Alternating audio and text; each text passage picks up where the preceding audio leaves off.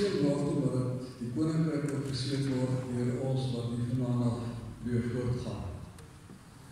Ons gaan saam sing die 4-2-1, die Here Jesus lewe.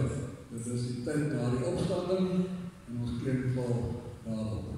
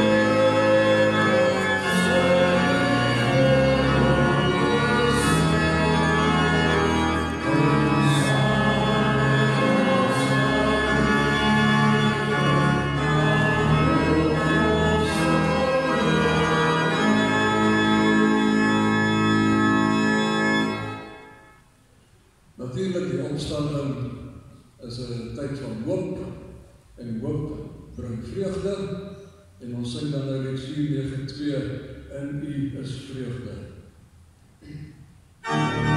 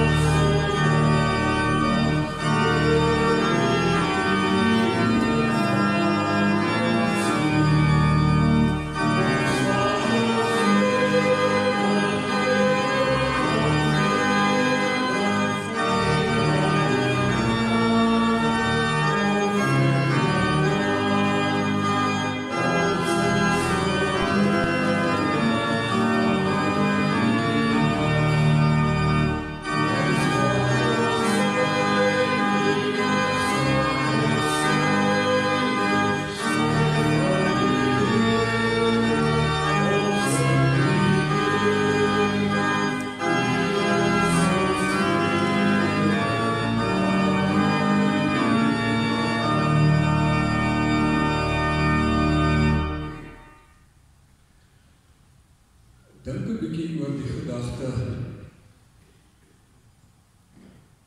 God vergewe nie ons sondes oor ons goed is nie. God vergewe ons sondes omdat God goed is. Sodra as ons die verlossing en alles anker in God en wat God doen, dan kan ons sing, ons is nie meer sondaar, ons is nou oorwinnaar. En ons lewe sien ons nie sondig, maar in Christus is dit 'n ander prentjie. En dit spoor ons ook aan om dan te transformeer. Ons gaan nou die volgende 2 liedere saam sing. Majesteit, 175 en 171 se 2 verse, heilig, heilig, heilig. Kom ons doen dit staan.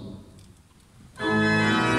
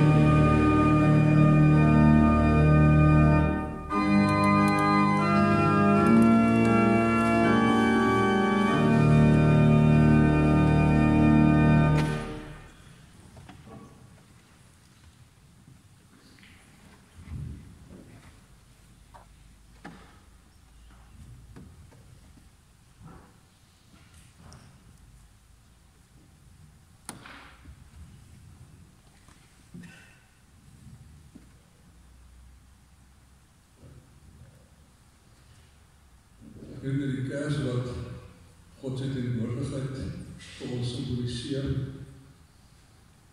word vandag ook vergesel van ons Pinksterkerse. Ons beweeg na die Pinksterseisoen en volgende 7 weke is die 7 weke voor Pinkster. Oranje is die kleur van Pinkster, is die kleur van vlamme. En ons het 7 kerse hier, en ek sal nou vandag die eerste een aansteek, en dan leef ons in die verwagting, waarmee die disciples ook geleef het, dat die trooster sal kom, en ons sal lei.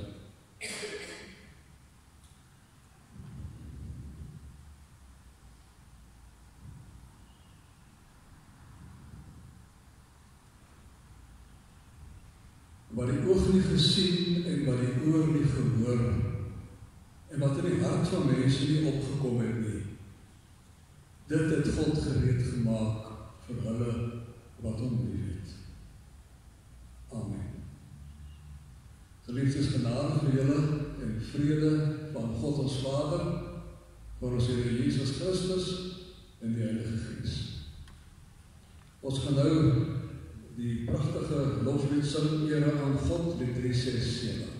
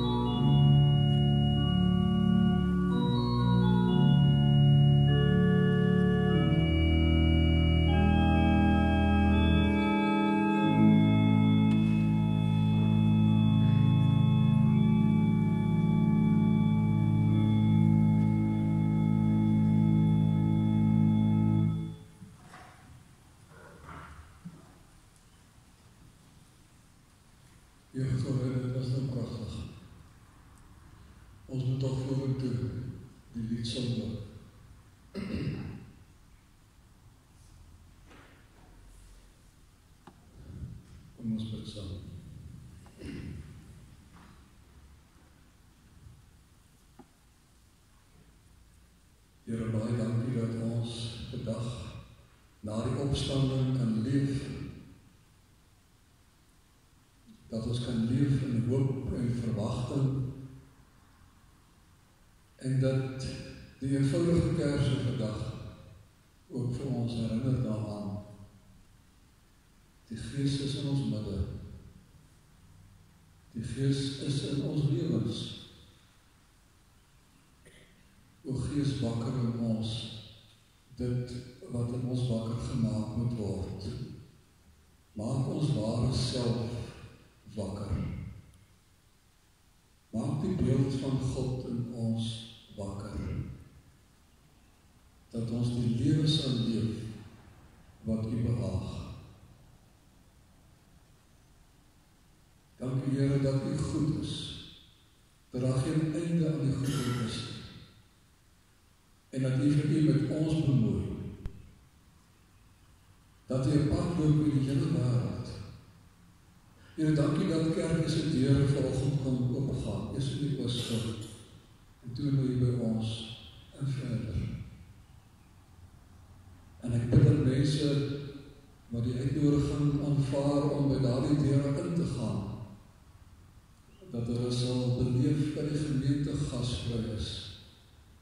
Dat hulle soos die gasheer self is, vol liefde, nederig, ontvangend.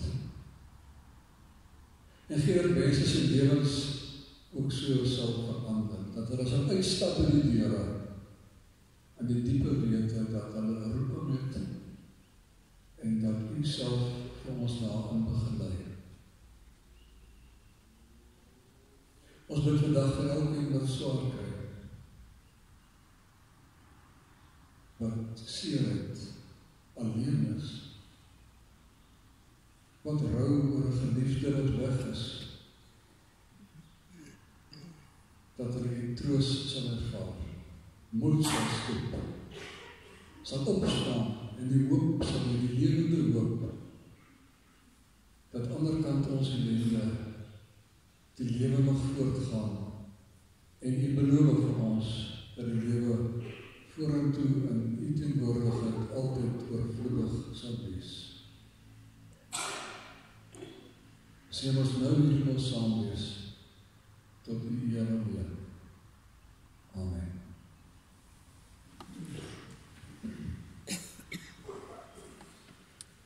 Ons gaan vandag so 'n bietjie later lees uit Romeine 5, van vers 1 af.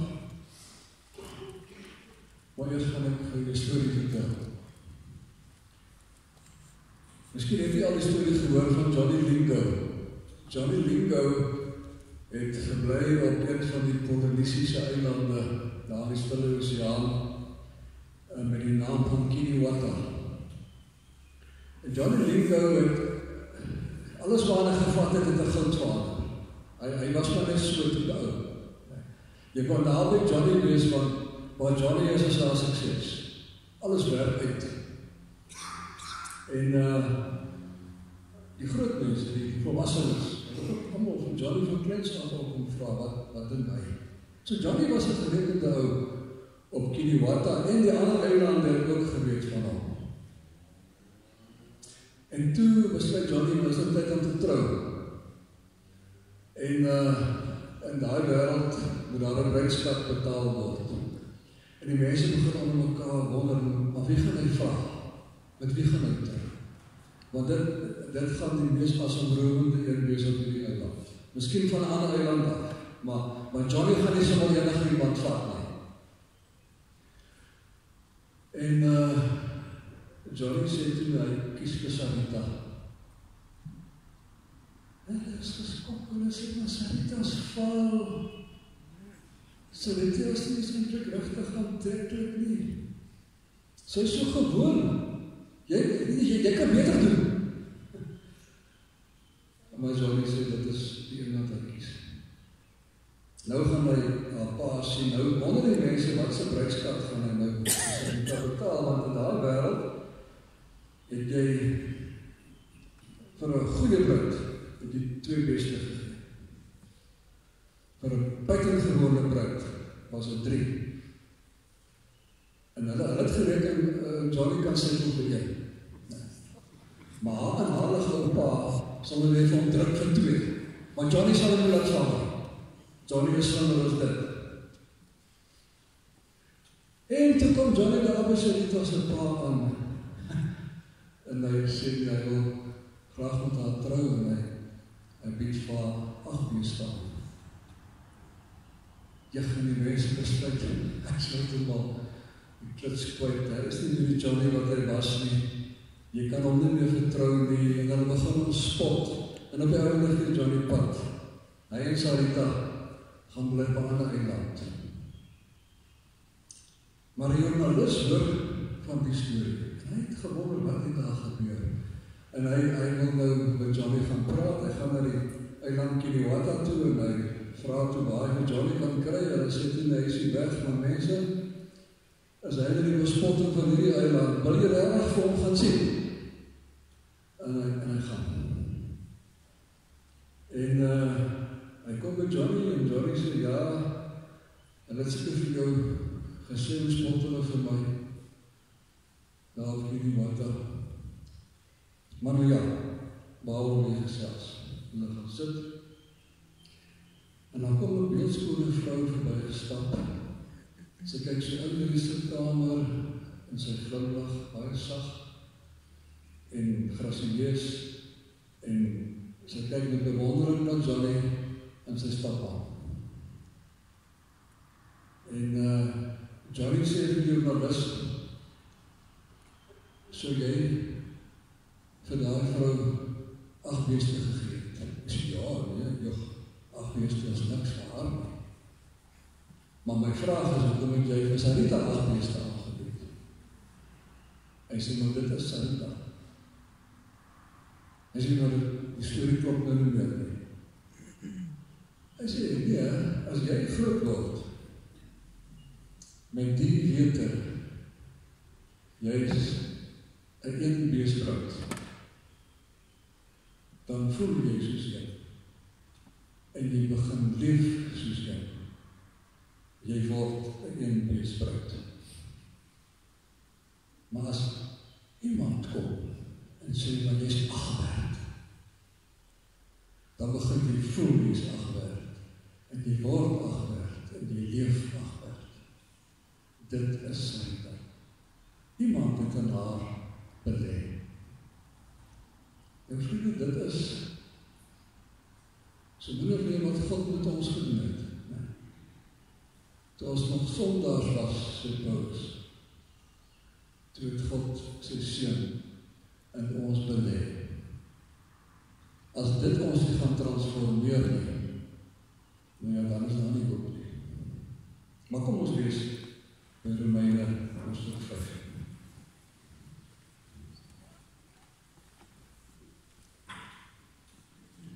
God het ons dan nou vrygespreek deurdat ons glo. Daarom is daar nou vrede tussen ons en God deur ons Here Jesus Christus. Deur hom het ons in die geloof ook die vrye toegang verkry tot hierdie genade waarin ons nou vasstaan. En ons verheug ons ook in die hoop om deel te hê aan die heerlikheid van God. Dit is egter nie al nie. Ons verheug ons ook in die swaar kry, want ons weet swaar kry ook volharding. En volharding ook egtheid van geloof. En egtheid van geloof ook hoop. En die hoop bestaan nie, want God het sy liefde in ons harte uitgestort deur die Heilige Gees wat hy aan ons gegee het. Toe ons nog magteloos was, het Christus immers reeds op die bestemde tyd van goddeloses gesterf. 'n Mens moet tog nie sommer jou lewe prys nie, selfs nie vir 'n regverdige nie. Ja, tog, vir 'n goeie mens sal iemand miskien nog die moed hê om te sterf. Maar God bewys sy liefde vir ons juis hierin dat Christus vir ons gesterf het toe ons nog sondaars was. Aangesien ons nou vrygespreek is op grond van sy versoeningsdood, staan dit soveel vaster dat ons deur hom ook van die straf van God gered sal word. Aangesien ons, toe ons nog vyande was, deur die dood van sy seun met God versoen is, staan dit soveel vaster dat ons, nou dat ons versoen is, deur die lewe van sy seun gered sal word. Maar dis nie al nie. Ons verheug ons ook in God deur ons Here Jesus Christus, deur wie ons nou die versoening ontvang het. Nou ons het 'n gesegde, eintlik in alle tale dink ek, maar in Afrikaans het ons 'n gesegde waar daar lewe is daar hoop. Waar daar lewe is daar hoop. En ons bedoeling daarmee is natuurlijk goed en reg ook. Want as daar nog lewe is, dan moet 'n mens aanhou en volhard en kyk wat kan jy doen, maar as die lewe nie meer daar is nie, dan kan jy ook nie meer 'n verskil maak nie. En elke keer as iemand, as 'n familie by die sterfbed of by die siekbed van 'n geliefde is en die dokters kom en sê, ons hou nie daarvan om te sê nie, maar ons sal dit besluit oor die masjiene, dan sal die ding by mens leef. Ja, maar solank daar lewe is daar hoop. As dinge uit mekaar uitval in die lewe, dan sal ons mekaar sê, maar daar lewe is daar hoop. So moedig ons mekaar aan, dis goed. Die implikasie is net van die sêding, dat as daar nie meer lewe is daar ook nie meer hoop nie. En wanneer die lewe uitgeloop het hoop ook uitgeloop. En dit is nie wat die Bybel vir ons leer nie. Dr. André Bartlett het 'n boek geskryf, getiteld met die titel wat ek vir die preek vandag gekies het, Waar hoop is lewe. Dis 'n bietjie anders. Waar hoop is lewe. Want jy sien, hoop is nie afhanklik van die lewe nie. Hoop gaan aan die kant die dood aan. Hoop vat vir jou verby die dood. Hoop sê vir jou, daar is beloftes wat geld selfs vir hulle wat gesterf het. Die titel dra in homself iets van die skepende vermoë van hoop. God is toch die skepper. En God, wat uit niks uit nie alles maak, kan ook, sonder dat er lewe is, hoop gee. En wanneer die hoop daar is, dan kom ons weer aan die lewe. Kijk, ons kyk ons maar vast in die werklikhede van die lewe. Ons sê dat, ek wees nou realisties. Dit is van die verskriklikste woorde. Ek sê dit ook baie keer, en partykeer in 'n sekere konteks is dit seker ook waar. Maar as ons sê, wees realisties, dan moet ons toch rekening hou met die grootste realiteit wat daar is. En dit is God. God is deel van die realiteit. God is eintlik meer as die realiteit. En hierdie God skep nuwe moontlikhede binne in 'n situasie wat vir ons hopeloos lyk. God skep nuwe lewe. So daarom kan ons in swaar kry hoopvol bly leef. Want die swaar kry of enige moeite of die dood in die laaste sê nie. Mense sê baie keer van hoop. Ag, is vaag. Dit is drome. A pie in the sky when you die. Dit is wat cynische mense sê. Ons is almal self van tyd tot tyd maar cynisch. Maar wie was dit? Was dit Chesterton of C.S. Lewis of Tolkien, een van daai drie, het gesê, fiksie is nie werklik nie, maar fiksie skep 'n werklikheid. Kom bietjie daar. Fiksie is nie werklik nie, maar fiksie skep 'n werklikheid. En so is dit ook met hoop. Hoop kan jy nie aanvat nie,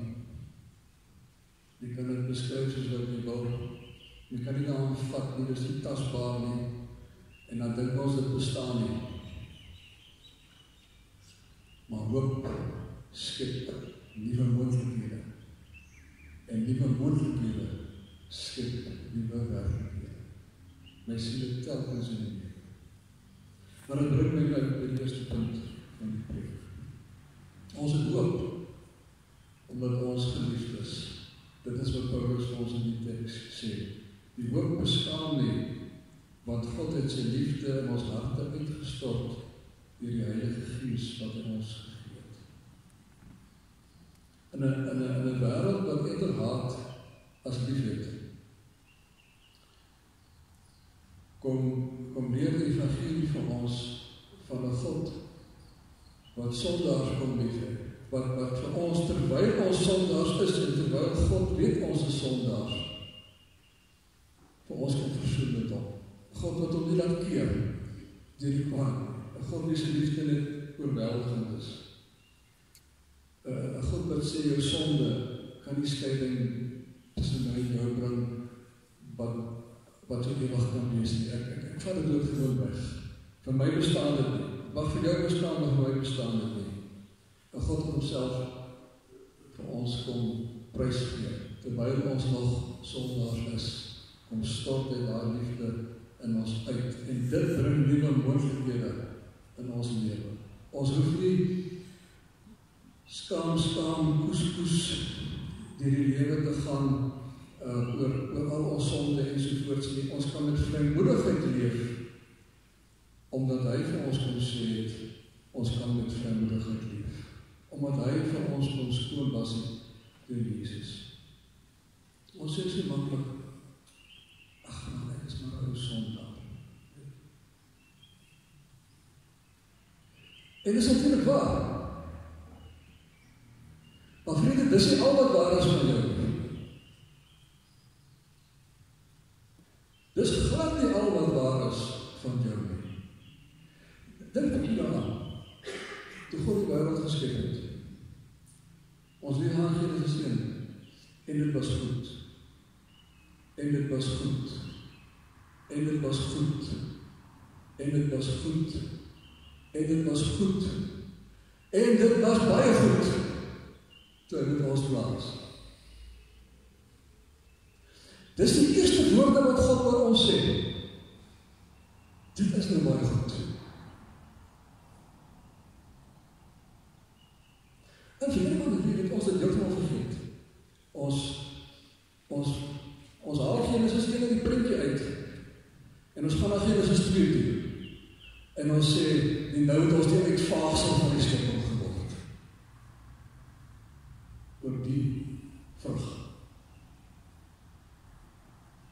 Maar vriende, ons beleid toch as gereformeerdes dat ons tegelijk sondaar en regverdig is. Ons moet toch weer die feit dat God ons goed gemaakt het, afstof. En in Engels word gepraat van wat ons doen, die erfsonde, wat glad nie begrip is wat in die Bybel voorkom nie. Maar die erfsonde dan word in Engels vertaal met original sin, om te sê, jy is van die begin af, is die sondag. Richard Ross sê, maar dis ons nie waar nie. Van die begin af is ons goed. Hy sê, die ene praat van ons original goodness. Daaruit moet ons moet begin leef, want dit is wat God in Christus in ons kom herstel het. En dit is wat die Gees elke dag doen, ons kom herinner daaraan. Maar julle is goed, leef goed, want julle is in die beeld van God gemaak. Die volgende is dat, wanneer hierdie gedagte by ons gevestig raak, Godse liefde is in ons, en dit moet vir ons hoop gee, vir ons lewe gee, dan moet dit ook die wêreld verander. Dan moet die impak op die wêreld hê. Nou as jy mens nou gaan lees, rondom Romeine 5, veral die 7 en 8, 6, 7 en 8, dan lees jy mens in daai breë konteks, dat Paulus eintlik die verwagting het, die bewering maak, dat die wêreld 'n beter plek is as wat ons hier is.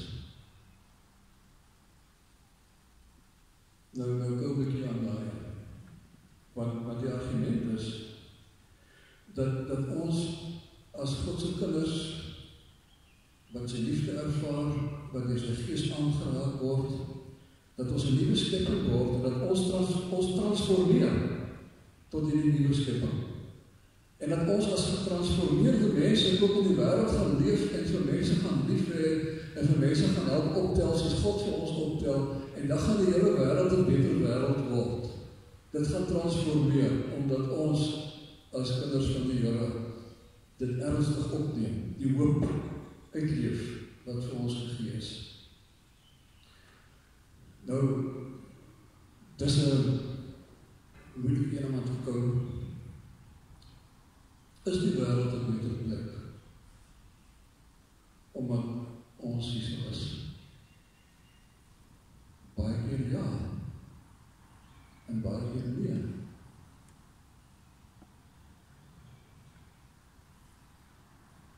Gaan Kimberley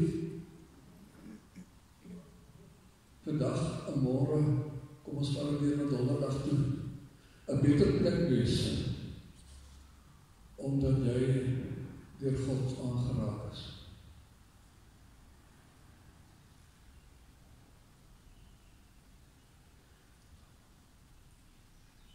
Is die wêreld meer hoopvol oor ons, of onderstreep ons die wêreld se wanhoop? En dit, vriende, is ons hande. Dis in ons hande. Ons wat die gees van God in ons het. Dis in ons hande. Nou, van ons baie keer, genade. Jy het baie keer nie gesien kom nie, maar jy het geval.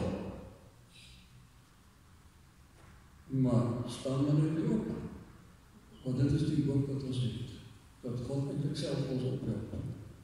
En sê, maar kom ons gaan nou verder. Nie lê in die sonde en jouself jammer kry nie. Dis maar 'n sondaar. Jy staan op, beklee jy met die Here Jesus en kom ons gaan aan. My laaste punt is, die hoop word gekweek. Die hoop word gekweek. Kyk, ons kan baie keer word ons beskuldig daarvan dat ons naïef is. Dat ons dink alles is airy-fairy. Dat ons towerstaf nie swaai en dan is alles wat sleg is goed en ons is gemaklik en niks kan ons onderkry nie. En dit stuit baie mense in die bors, want ons weet ons almal het eintlik gesien. Maar die hoop en die vermoë om die slegte goed te sien, dit aan jou lyf, in jou lyf te ervaar en deur dit te breek. Die hoop en die vermoë om al het wat ook al gebeur, al het dit wat jy opgehoop het, nou nie so uitgewerk. Om te kan vertrou, maar dit is ook goed waar ek nou is. Ek moet net nog ontdek wat is so goed daaraan, maar die Gees sal vir my wys, want ek vertrou God in hierdie omstandighede. So die hoop staan nie omdat dit vry is van moeite en swaar kry nie. Dit staan ten spyte van moeite en swaar kry. Die hoop vra nie, maar wat as iets verkeerd loop nie? Die hoop bely, selfs al loop dinge verkeerd. Nie wat if nie, maar even when. Dit is waar ons moet bevind, as mense wat hoop het. Daarom sê Habakuk vir die Paulus ook op 'n ander plek aanhaal, al sou die vryboom nie bot nie, en die wingerd geen oes lewer nie, en die vee nie terugkeer na die kraal nie, nogtans sal ek jubel, sal ek juig in die God van my heil. Dan kan jy sê, ja, ek wil nie goed glo, jy weet, maar dit werk nie vir my nie, ek sukkel daarmee. En sou sy hol was, ons sukkel maar allemaal daarmee. Maar Paulus sê, 3 keer dit word gekweek. Dit val nie in die hemel uit nie. Dis nie sommer in daan nie. Dit word gekweek. Gaan lees maar weer daai hele gedeelte. Mettertyd en metterdaad groei dit in jou. Dit gaan saam met moeite en pyn. Dit gaan saam met lewenservaring. Swaar kry en vasbyt is deel van die kweek van die hoop. So vriende ontmoet die pad waarop God hierdie goed in ons bewerk deur sy Gees is nie 'n kort pad nie. Dis 'n langerige pad. Dis 'n pad van staan en val en weer opstaan.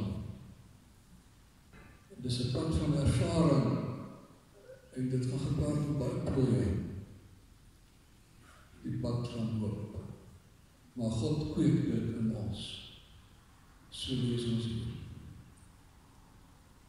Ek kan nie beplan om dit te sê nie, maar ek ry eendag saam met my broer. Hy boer ons aan Grabouw. En dit is nie 'n goeie jaar nie. Dit is 'n slegte tyd vir die appelbedryf gewees. Nou ry ons en so ver as wat ons ry, jy weet, sê van ja, hierdie boord van hierdie ou het altyd vir ons soveel gegee, hy wonderlik of hy vir jaar 100 kratte hier gaan kry en alles, jy weet, die pryse is swak.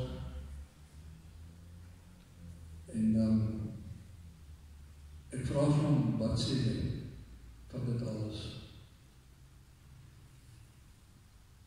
Maar hy antwoord my nie. Hy was dus emosioneel soos ek nou was. Hy sit 'n CD in die radio, die speler van Piet Smit, wat sing, nogtans sal ek nie word. Amen.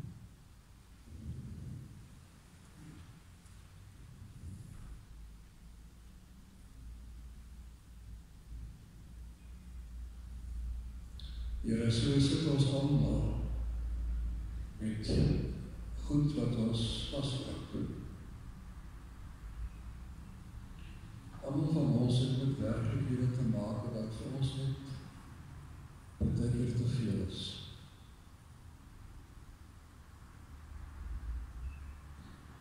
Ons bid dat U vir ons sal help, ons oë sal oopmaak, dat ons hoopvol deur dit alles sal sien. U wat alles ten goeie vir ons laat meewerk. Selfs goed wat U nie beplan het nie. Selfs goed wat ons oor onsself gebring het. Of 'n vyand oor ons gebring het. Maak nie saak waar het vandaan kom nie. U maak 'n plan. U weet nie.